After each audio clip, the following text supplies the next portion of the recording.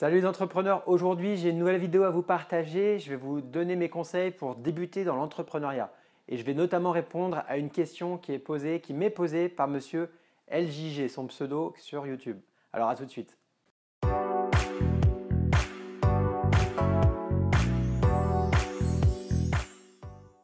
Salut les entrepreneurs ambitieux, je suis ravi de vous retrouver aujourd'hui dans cette nouvelle vidéo qui va vous concerner si vous souhaitez vous lancer dans l'entrepreneuriat. Aujourd'hui, je vais vous donner quelques conseils pour vous permettre de vous former et pour réussir votre projet entrepreneurial et plus particulièrement pour bien se lancer dans l'entrepreneuriat.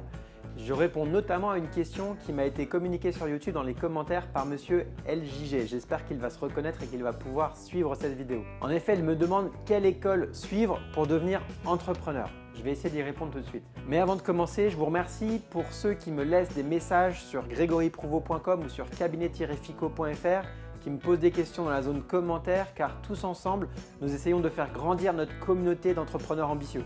Et si vous découvrez notre chaîne, si vous découvrez nos vidéos, je vous invite à aller vous abonner immédiatement à nos vidéos pour ne rien rater de toutes les vidéos que je partage chaque mardi et chaque vendredi et qui concernent l'entrepreneuriat, qui vous permettent de vous améliorer dans votre gestion, dans vos compétences entrepreneuriales, de développer votre business, de le sécuriser, de le protéger et éventuellement de le transmettre si vous souhaitez passer à un autre projet entrepreneurial. Aujourd'hui, donc, cette vidéo concerne ceux qui souhaitent se lancer dans l'entrepreneuriat, qui se demandent et qui me demandent comment se lancer, comment se former dans l'entrepreneuriat. Alors tout d'abord, pour se former, il n'existe pas de méthode miracle. Il y a forcément des écoles qui vous aident un petit peu au management, à la gestion, à la comptabilité, à la finance.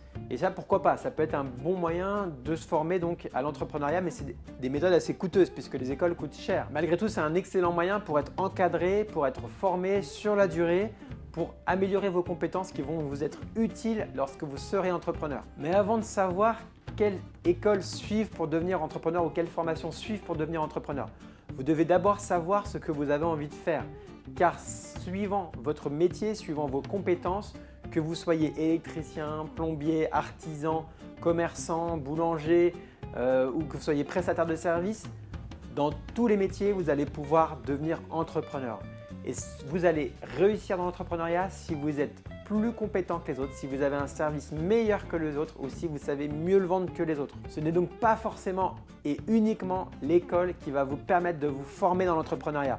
Il va vous donner des compétences techniques, certes, mais il va falloir que vous apportiez une valeur ajoutée à des prospects qui vont devenir des clients. Et si vous apportez cette valeur ajoutée, vous allez pouvoir devenir entrepreneur et donc réussir dans l'entrepreneuriat. Car celui qui est bon à l'école n'est pas forcément bon dans l'entrepreneuriat parce qu'il y a des compétences différentes éventuellement à avoir suivant les métiers. Si vous êtes un bon plombier, vous trouverez du boulot, quoi qu'il arrive, même si vous n'êtes pas forcément communicant. Si vous êtes un bon menuisier, j'en ai beaucoup parmi ma clientèle, eh bien vous serez également un bon entrepreneur car vous avez des compétences techniques, manuelles, artisanales précises, très demandées et vous aurez vraiment une valeur ajoutée à proposer à vos clients. Si vous êtes un bon commerçant, un bon négociant, un bon prestataire de service, là aussi vous avez des compétences bien précises et vous allez apporter une valeur ajoutée. Mais sachez que tout entrepreneur ne peut pas tout maîtriser.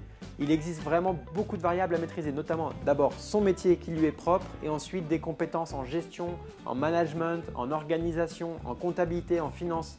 Et puisque chacun ne peut pas tout maîtriser, il est conseillé de faire appel à des prestataires tels un expert comptable. Choisissez donc un expert comptable qui va vous accompagner à toutes les étapes de l'évolution de votre entreprise. Et comme j'aime le dire, pour devenir un bon entrepreneur, soyez donc ambitieux, soyez curieux, ayez envie d'apprendre. Remontez-vous les manches pour aller vraiment mettre les mains dans le cambouis, vraiment aller pousser votre réflexion pour apporter une valeur ajoutée à vos clients, à vos prospects. Et c'est cela qui fera la différence, c'est cela qui vous permettra d'être un entrepreneur.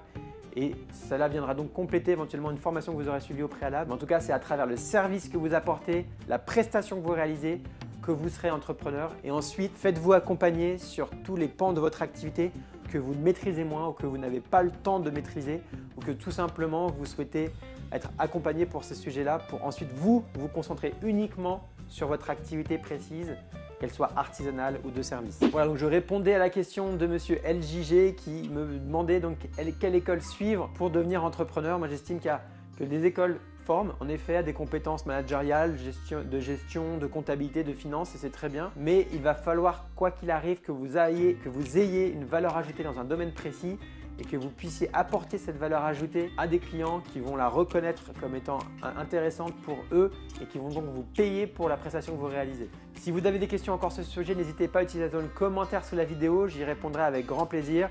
Et bien sûr, avant de passer à la vidéo suivante, je vous invite tout de suite à aller vous abonner à la chaîne pour ne rien rater de toutes les prochaines vidéos que je vous partage chaque mardi et chaque vendredi. Allez, à très bientôt pour de nouveaux conseils et de nouvelles vidéos. Merci, au revoir.